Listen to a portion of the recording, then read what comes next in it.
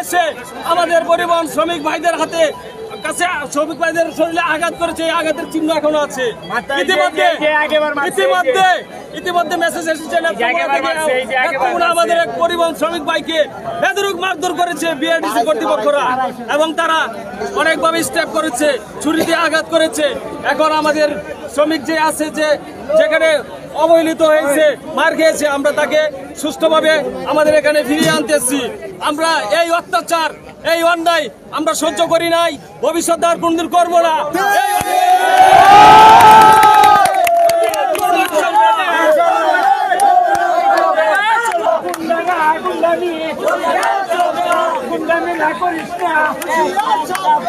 আমরা শান্তিপূর্ণ কর্মসূচি পালন করতেছি, শান্তিপূর্ণ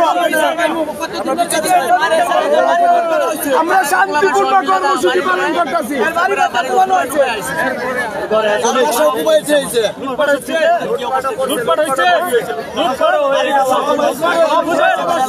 কি পরিস্থিতি হচ্ছে আমাদের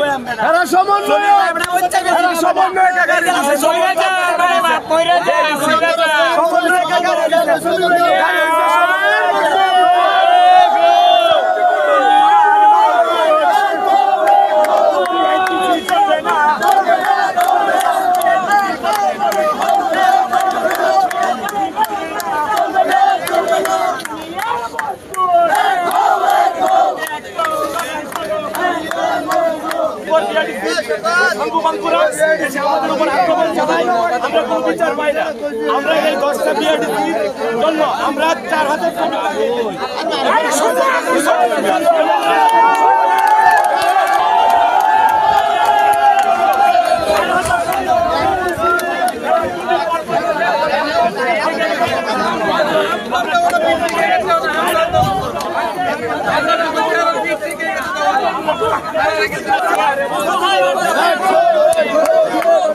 আমাদের পরিবহন শ্রমিকরা একা হয়ে গেছে, অবহেলিত হয়ে গেছে।